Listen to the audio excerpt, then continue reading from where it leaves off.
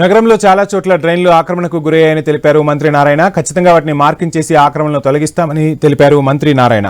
ఇక మార్కింగ్ చేసి డ్రైన్లు వెడల్పు చేయాలని కమిషనర్ను ఆదేశించారు. పేదలను ఇబ్బంది పెట్టాలనేది ప్రభుత్వ ఉద్దేశం కాదని, డ్రైన్లు వెడల్పు చేయకపోతే ఇబ్బందులు తప్పవని తెలిపారు.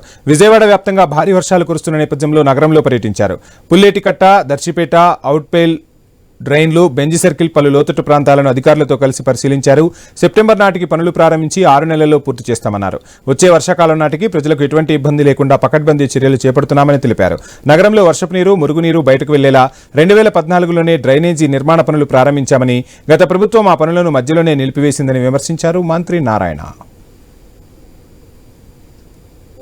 వర్షం పడితే నీళ్లు ఫ్రీగా పోవటానికి 500 కోట్లతో 2014-19లో శాంక్షన్ చేసి దాంట్లో 55% పూర్తి చేశాం. గత ప్రభుత్వం దాన్ని పక్కన పెట్టేస్తుంది.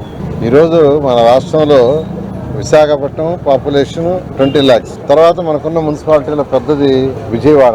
2011 ప్రకారం 10.34 lakhs పాపులేషన్. 2011లో సెన్సస్ చేశారు, తర్వాత సెన్సస్ చేయాల. అందువల్ల ఆ డేటానే మనం మాట్లాడతాం.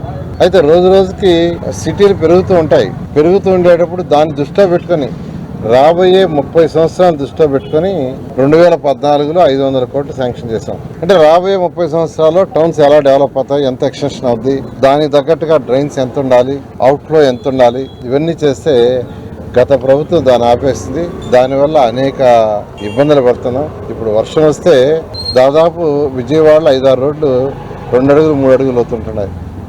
విజయవాడ నగరంలో వర్షం పడితే నీళ్లు ఫ్రీగా పోవటానికి